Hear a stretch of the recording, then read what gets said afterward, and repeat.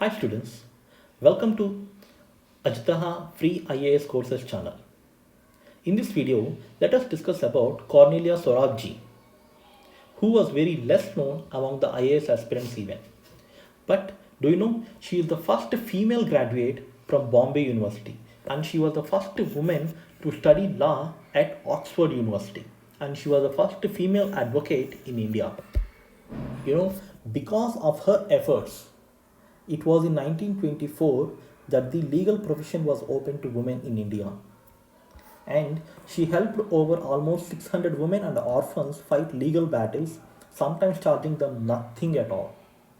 So let us learn more about this unique individual and personality, which is also very important for our prelims examination. Cornelia Sorabji was born in Nasik in 1866. And if you see it, even Congress was not yet established at the time.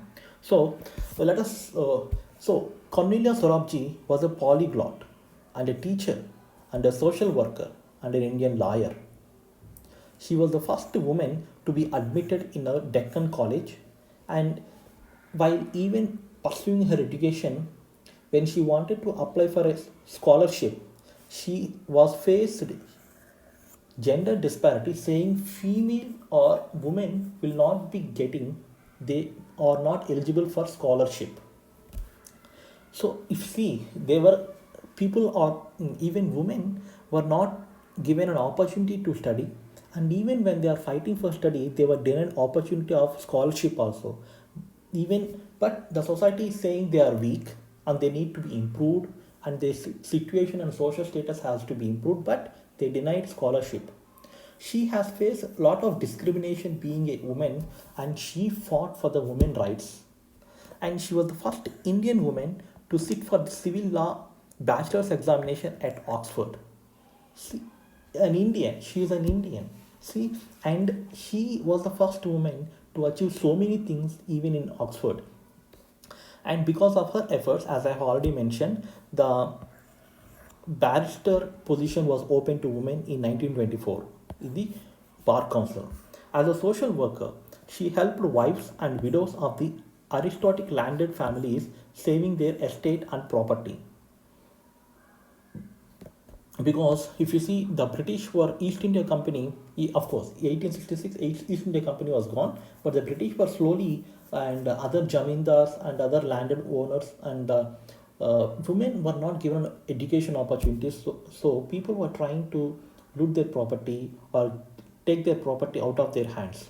So she helped the wives and widows of the aristocratic landed families, saving their estate and properties, and she helped Purdanashins, Purdanash, Purdanashins, Purdanashins, who were like women who were confined to inner apartment and were not allowed to speak with other male members who are outside male members.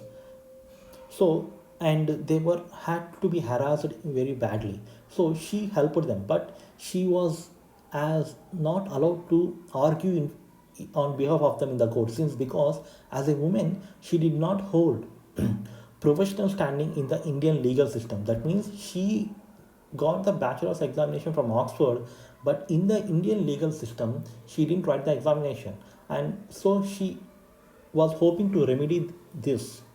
She sat for the LLB examination of Bombay University in 1897, and she got the lawyer certificate, and she got the Pleaders examination at Allahabad High Court in 1899, and she became the first female advocate in India. And she also helped orphans and widows both in a legal way and also in other social service activities. And she believed in women's right to self-government. That means she expected women to be independent and focus on the self-government rather than depending on anybody else. And she believed in women's education as a key to social change. That was, she even said, until all the women of this country are educated, there won't be any genuine reason of getting independence.